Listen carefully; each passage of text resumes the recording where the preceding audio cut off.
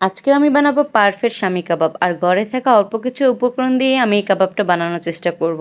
যাদের পারফেক্ট কাবাব বানানো হয় না বা ভাজতে গেলে কাবাব ভেঙে যায় তাদের জন্য থাকবে আমার তরফ থেকে ছোট্ট ছোট্ট কিছু টিপস। প্রথমে আমি বুটের ডাল এবং গরুর মাংসকে সুন্দর করে সিদ্ধ করে এনেছি, তারপর একে একে সবগুলো উপকরণ দিয়ে দিয়েছি। আমি এখানে দিয়েছি পেঁয়াজ, কাঁচামরিচ এবং পেঁয়াজ বেরেস্তা করে নিয়েছিলাম, আর এগুলো সবগুলো উপকরণ আমি সুন্দরভাবে এখন মেখে নিচ্ছি। এখন আমি এখানে অ্যাড করে নেব কাবাব মশলা, আর কাবাব মশলা দিলে এর ফ্লেভার দ্বিগুণ বেড়ে যায়। তারপর আমি দিয়ে দিলাম কিছুটা টমেটো সস, তারপর আমি দিয়ে দিব পরিমাণ মতো সয়া সস। কেকে সব উপকরণগুলো দেওয়ার পর আমি ভালোভাবে এগুলো মিশিয়ে নিব। তারপর আমরা দিয়ে দিব একটা লেবু, আর এই লেবুটা দেওয়ার কারণ হচ্ছে আমরা পরবর্তীতে যে ডিম ব্যবহার করব সেই ডিমের স্মেলটা আর থাকবে না। লেবু দেওয়া হয়ে গেলে আমি এখন এখানে ব্যবহার করব দুইটা ডিম, আর এখানে দুইটা ডিম ব্যবহার করার একটা কারণ হচ্ছে আপনি যত ডিম ব্যবহার করবেন ততই আপনার কাবাবটা শক্ত থাকবে, ভাজতে গেলে আর ভেঙে যাবে না। আর আমি আগে বলেছি কিছু কিছু টিপস আছে যেগুলো ফলো করলে আপনার কাবাব কখনোই ভাঙবে না। ডিম যতই ব্যবহার করবেন আপনার কাবাবটা ততই শক্ত থাকবে। তারপরে যদি আপনার মনে হয় যে আপনার কাবাবের উপকরণগুলো একটু পাতলা হয়েছে বা একটু নরম হয়ে গিয়েছে, সেক্ষেত্রে আপনি টোস্টের গুঁড়ো ব্যবহার করতে পারেন। আর সর্বশেষে আমি দিয়ে দেবো এখানে ধনেপাতা, আর ধনেপাতাটা দেওয়ার একমাত্র কারণ হচ্ছে কাবাবের ভিতরে ধনেপাতা দিলে অনেক অনেক মজা হয়। এখন আমি হাত দিয়ে কাবাবে শেপ করে নিচ্ছি, আর যে প্লেটে আপনি কাবাব রাখবেন সেই প্লেটে অবশ্যই একটু তেল মেজে নেবেন।